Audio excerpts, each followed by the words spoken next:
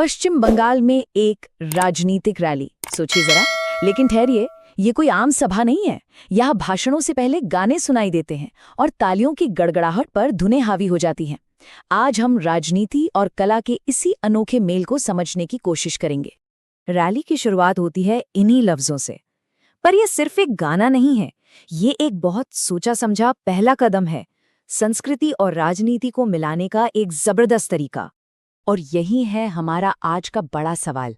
हम ये देखने वाले हैं कि कैसे एक राजनेता और गायक मनोज तिवारी अपनी कला को एक राजनीतिक मंच पर इस्तेमाल करते हैं। चलिए इस पूरी परफॉर्मेंस को परत दर परत खोलते हैं। तो चलिए शुरू करते हैं। इस परफॉर्मेंस का जो पहला दाव है वो कोई पॉलिसी या कोई वादा नहीं है, बल्कि वो है संगीत। और अपनी पहचान के जरिए लोगों के साथ फौरन एक इमोशनल कनेक्शन बनाना।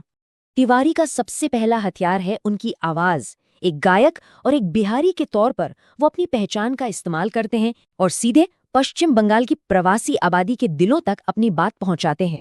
यहाँ देखिए, ये स्ट्रैटेजी कितनी मजेदार है। कोई भी पॉलिटिकल बात करने से पहले एक कल्चरल ब्रिज बनाया जा रहा है। वो प्रवासियों से जुड़ते हैं, खुद को पार्टी लीडरशिप से जोड़ते हैं और बंगाल के गौरव का भी सम्मान करते हैं। मतलब हर तरफ से कनेक्शन बनाने की कोशिश।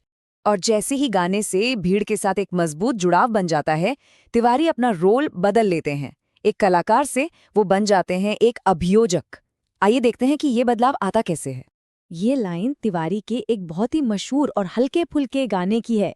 इससे वो लोगों को अपना एंटरटेनर वाला रूप याद दिलाते हैं, वो चेहरा जिसे लोग पहले से जानते हैं और पसंद करते हैं।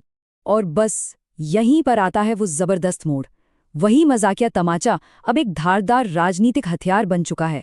जो मनोरंजन था वो अब सीधा हमला है। अब यहाँ आकर मनोरंजन पूरी तरह से पीछे छूट जाता है। अब बात होती है सीधे सीधे आरोपों की। मौजूदा सरकार को विकास और सुरक्षा के रास्ते में एक रुकावट की तरह पेश किया जाता है। योजनाओं को रोकने से लेकर डर का माहौल बनाने तक हर आरोप काफी गंभीर है। तो ठीक है, समस्या तो बता दी गई। अब परफॉर्मेंस का अगला हिस्सा है समाधान, यानी एक नई सरकार के साथ एक बेहतर कल का वादा। यहाँ पिच बहुत साफ है। इसे आसान और मजबूत वादों में बांटा गया है। सुरक्षा, विकास और घर, ये वो वादे हैं जो उन डरों और जरूरतों पर सीधे सीधे बात करते हैं जिनका जिक्र अभी अभी किया गया था। अच्छा, इन वादों पर कोई भरोसा करे, इसके लिए तिवारी अपनी पर्सनल कहानी को सामने रखते हैं। वो कहते हैं कि वो छोटे कमरों में रहने का दर्द समझते हैं और इस तरह वो लोगों से एक सहानुभूति का रिश्ता बनाते हैं, जिससे उनके वादे ज्यादा सच्चे लगते हैं। रैली सिर्फ पॉलिसी के साथ खत्म नहीं होती। इसका क्लाइमैक्स बड़ा इमोशनल और पार्टिसिपेटरी होता है, जहां भीड़ सिर्फ सुनती नहीं बल्कि रैली का हिस्सा बन जाती है। मतलब अब बात सिर्फ वोट डालने के बारे में नहीं है, अब बात है एक साथ मिलकर कुछ करके दिखाने की। एक ऐसा प्रदर्शन जिसे देखा और महसूस किया जा सके। और ये है एक्शन का सीधा बुलावा। एक छोटा सा काम और देखते ही देखते सुनने वाले लोग परफॉर्मेंस का हिस्सा बन जाते हैं।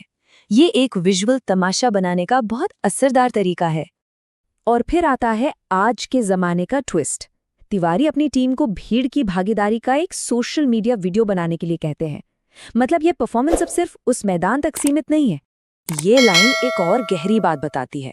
ये पूरा शो सिर्फ वहां मौजूद भीड़ के लिए नहीं है, बल्कि इसका मकसद राष्ट्रीय दर्शकों और पार्टी लीडरशिप तक पहुंचना भी है, ये दिखाने के लिए कि जमीनी स्तर पर समर्थन कितना मजबूत है। और आखिर में हम इसी सवाल के साथ आपको छोड़ जाते हैं।